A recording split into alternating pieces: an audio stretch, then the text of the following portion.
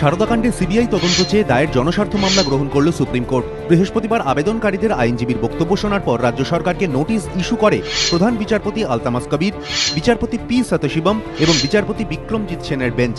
রাজ্যের তরফে হাজির আইনজীবী রাকেশ দ্বিবেদী তাতে আপত্তি জানান। তখন প্রধান বিচারপতি বলেন, নোটিশ জারিতে আপনাদের কি আপত্তি হতে পারে?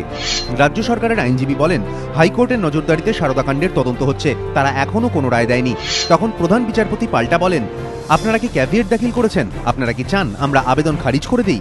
আপনাদের যা বলার হলফনামায় বলবেন, আমরা শুধু নোটিশ ইস্যু করছি। এরপর কেন সারদাকাণ্ডে সিবিআই তদন্ত করা হবে না তা জানতে চেয়ে রাজ্য সরকারকে নোটিশ ইস্যুর নির্দেশ দেয় সুপ্রিম কোর্ট। কোর্ট সিরিয়াসনেস ব্যাপারটা বুঝে সমস্ত স্টেট এবং union of India, SEBI, RBI এতে পার্টি ছিল, তাদের জবাব ফাইল করার জন্য শোকজ নোটিশ ইস্যু করেছে।